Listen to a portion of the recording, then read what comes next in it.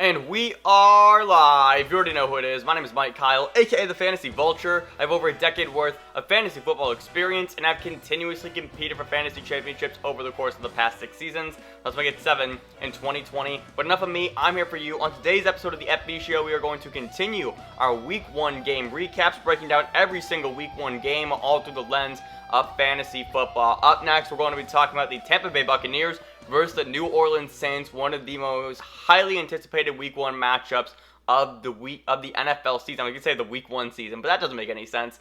Anyways, before we get started, though, a few quick things from you. First off, smash that subscribe button. Power running back style like Derrick Henry up the middle if you are excited for this video. And also hit that like button down below like an open receiver downfield Patrick Mahomes style to also show your support. That would be greatly appreciated as well. And last but not least, follow me on all social media platforms at FFVulture, Instagram, TikTok, and Twitter. A lot of content being put on all of those places. Anything else? Let's see. What else? Oh, last but not least, before we get started with the highlights and the juicy goodness that you guys actually came here to see, up top, there's going to be a link to the Week 1 recap playlist, so if you missed any of my Week 1 recaps, you can find them all over there. Alright, let's get started. If you guys are new around here, you guys will see how we do highlights, and if you're subscribed, well, you guys already know. Let's get started.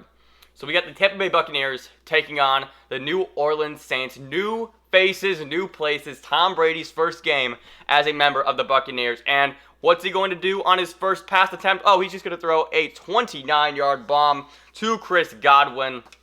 Just right in the breadbasket. Not a bad way to start your Tampa Bay Buccaneers career. Oh, and then he's also going to rush for a touchdown as well. We know that Brady always finds a way to get into the end zone a few times each season. He puts one on the board right there. Later on in the second quarter, Alvin Kamara, a little dump-off screen action for the 12-yard score. But he's not done quite yet. Later on in the second quarter, Alvin Kamara, again, 6-yard rushing touchdown, back-to-back in literally a 4-minute span.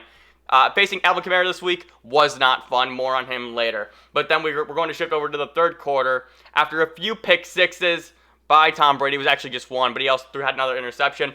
O.J. Howard with a 9-yard touchdown. And then on the other side, Drew Brees pump fake action, and he's going to hit Jared Cook downfield for a 43-yard gain. It's 24-17 in the fourth quarter. Later on that same drive, it's first and goal. Drew Brees, Emmanuel Sanders, welcome to New Orleans, Emmanuel Sanders. He's going to get into the end zone for a 5-yard touchdown. There was a flag on the play, but the call stood. And then later on, a little bit of garbage time here, 3 minutes left in the game. Mike Evans, who was questionable with that hamstring, finds his way into the end zone for a 2-yard touchdown. It was great to see him be involved despite the limitations to the injury. But then still 2 minutes left as the game's trying to get out of reach, and the Saints are trying to put it away. Little backwards lateral action.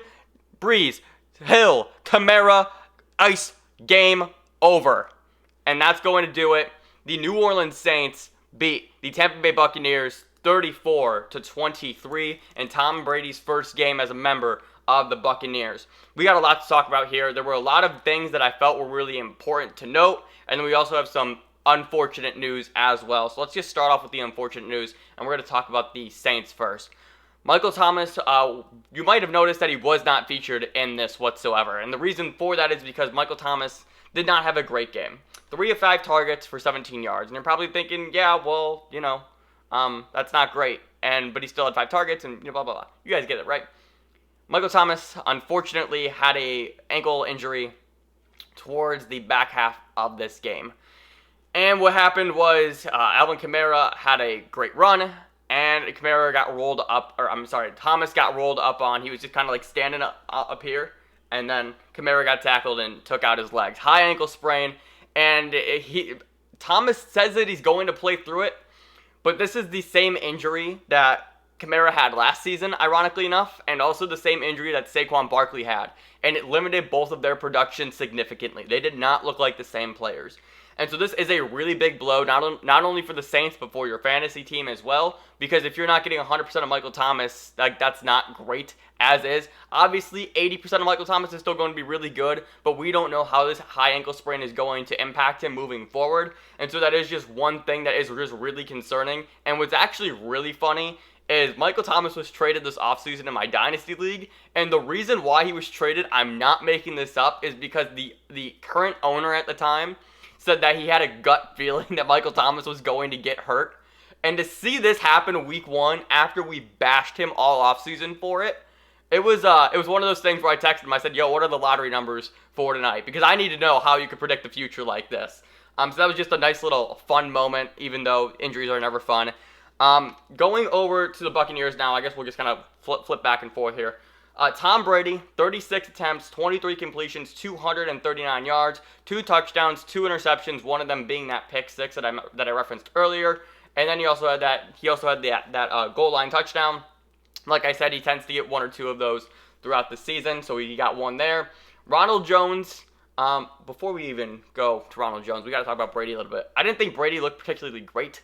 There were a lot of plays where we saw last year's version of Tom Brady, and even so, the fact that Bruce Arians this morning called out Brady during his press conference, and he said that the Saints did nothing that they didn't prepare for, and he expected Brady to be better, and he wasn't. So that's gonna be interesting to see how that dynamic plays out, because Tom Brady doesn't get called out in the media like that, especially from his head coach traditionally. But then going over to the running game now with Ronald Jones. This was one of those things where I said explicitly, I need to see what this backfield looks like. They brought in Leonard Fournette. They have Ronald Jones, LeSean McCoy. What's this timeshare going to be? And it really was the Ronald Jones show. 17 carries, 66 yards, and 2 receptions for 16 yards. Leonard Fournette only had 5 carries, and LeSean McCoy caught 1 pass. So this is going to be Ronald Jones' team. Like Bruce Arians said, Ronald Jones is still the guy, and that proved to be true in week 1. Now, granted, Jones did not play amazing by any means, but just knowing that he's going to be the one that's getting 15, 16, 17 carries a game, that is going to be really encouraging if you do own Ronald Jones. In terms of the receiving options for the Buccaneers, Chris Godwin hauled in 6 catches on 7 targets for 79 yards. Just a really good, just solid floor game for Chris Godwin. And I do expect that to be the baseline for him every single week. So it's just a matter of, in this game in particular, he didn't get into the end zone. Instead, Mike Evans did that. And Mike Evans' only catch was that 2-yard touchdown. So I said don't play Mike Evans. I said first off he's going to be on a pitch count, but then also just dealing with a hamstring issue. It could re-aggravate at any given moment, and he might miss some time.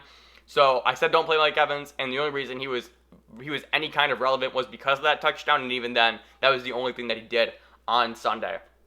The player that I really want to bring up here, though, is Scotty Miller. Scotty Miller is a wide receiver for the Buccaneers. He was really emerging as like their number 3 option during early parts of last season, but then Brashad Perriman passed him. But this team loves Scotty Miller. It's been like a kind of a hidden gem for them. And so Scotty Miller hauled in 5 catches on 6 targets for 73 yards. And I'm going to stereotype Scotty Miller here, and I'm going to say he fits the mold of Wes Welker and Julian Edelman as that slot guy. And you guys know how much Tom Brady loves to throw to that player in particular. Scotty Miller is a player that I'm targeting on waiver wires for week 2. It just makes sense to me because you're going to get a guy right now where I don't think people realize what he did this week. And if that's going to be his floor week in and week out, you're going to be able to start him at your flex every single week, like no matter what. So to have that, I want to get in on it early because I think there's going to be a game over the course of the next 2 weeks where he's going to find the end zone, maybe multiple times even, and that's when everyone's going to rush to get him. I want to get in on the action now while I can, and while it's going to cost me less. The tight ends here, Rob Gronkowski was irrelevant. He had 3 targets, 2 catches for 11 yards. Don't play Gronk. Please don't. You're playing him off of name value, which is fine and all until he does this and he only gets you 2.1 fantasy points and a plus matchup against the Saints. And by plus matchup, I meant like this game was designed to be a shootout. But O.J. Howard, to me, that's the bigger, that is the bigger story. O.J. Howard had 6 targets, 4 receptions, 36 yards, and that touchdown. He is going to be the featured tight end on this team. You know, that's something that, the O.J. Howard jokes, were fun and all with Jameis Winston, but no, we actually have to take him seriously now with Tom Brady being the quarterback. So he's another player that I'm keeping my eye on. I don't know if I'm going to go out and get him by any means, but if you are desperate at the tight end position, let's say you drafted Blake Jarwin and you need a new tight end, O.J. Howard is the one that I'm targeting. Let's go over back to the Saints now. I know we talked about Michael Thomas a bit earlier to start this. Drew Brees here. Woo! Drew Brees did not look good. He averaged 5 yards, 5 yards per completion. It was ugly. It was check down, check down, check down, check down. Drew Brees, 18 completions, 30 attempts, 160 yards and 2 touchdowns. And then also we saw with that Taysom Hill, Alvin Kamara, backwards lateral. Taysom Hill, 38 yards on 1 completion. The big story here for me, though, is just that what is this team going to look like with the limited Michael Thomas, right? Because that Michael Thomas, I'm going to say this is going to sound so disrespectful. Michael Thomas is the reason that Drew Brees has been fantasy relevant during the course of the past 2 seasons or so. And the reason for that is because I've talked about this in my Saints preview. The reason for that is because this game plan is hit Michael Thomas in short slants and let him create for the offense, right? Just get him the ball in space and let him go to work. So now with the limited Michael Thomas, what does this team's offense look like? And we saw Alvin Kamara just get absolutely peppered with targets once, pretty much all game, but then specifically once Michael Thomas was limited. Kamara, 12 carries, 16 yards, ugly performance on the ground, but what really saved him was the fact that he had five receptions for 51 yards and a touchdown. Kamara finished the day with 21 points. Just a very, very good Alvin Kamara game from you. Those 2 touchdowns, obviously, you're going to love those. Another big story here that I thought was a really important takeaway. Latavius Murray had 15 carries. Like, that is massive. Latavius Murray had more carries than Alvin Kamara did. And this was the reason why I increasingly put Kamara lower and lower on my rankings as we were in draft season. That's just because why would I spend my first-round draft pick on a guy who's going to see half the workload of the other players being drafted around him, right? And yes, Kamara is great and Kamara is hyper-efficient, but if you don't get that efficiency, then you're going to bust. Like, you are absolutely going to bust. And if this Saints offense stalls now due to the Michael Thomas injury, you might be dead. But that being said, Kamara is going to get peppered in targets now week in and week out. But that's besides the point. Latavius Murray getting 15 carries is absurd. Now, he only had 48 yards on those, but him just getting the opportunity proves that you can start him as your flex if you have to on any given week, and you'll probably be okay.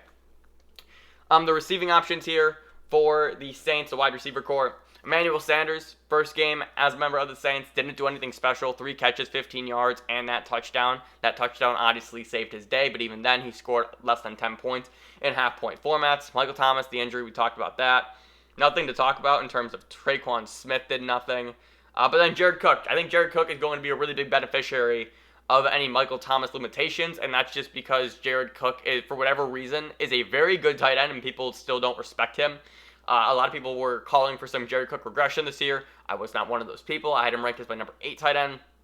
Jared Cook had 7 targets, 5 catches for 80 yards, finished with 10 points, 10.5 points in half-point formats.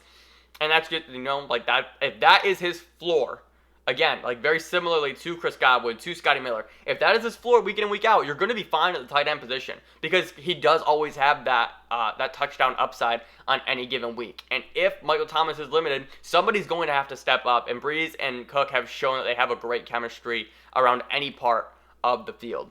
But I think that's going to do it for my Tampa Bay Buccaneers versus New Orleans Saints game recap through the lens of fantasy football. If you enjoyed this video, be sure to leave a like and subscribe down below. My goal is to hit 60 subscribers by the end of week 1. So if you want to subscribe, that would be greatly appreciated. You can follow me on all social media platforms at FFVulture. A lot of great conversations and interactions happening over there. And I think that's going to do it, right? There's also going to be a playlist right up top for all my week 1 recaps. I think that's it, though. All right, I'm out. People come and go, but fantasy championships are forever. I will see you in the next game recap.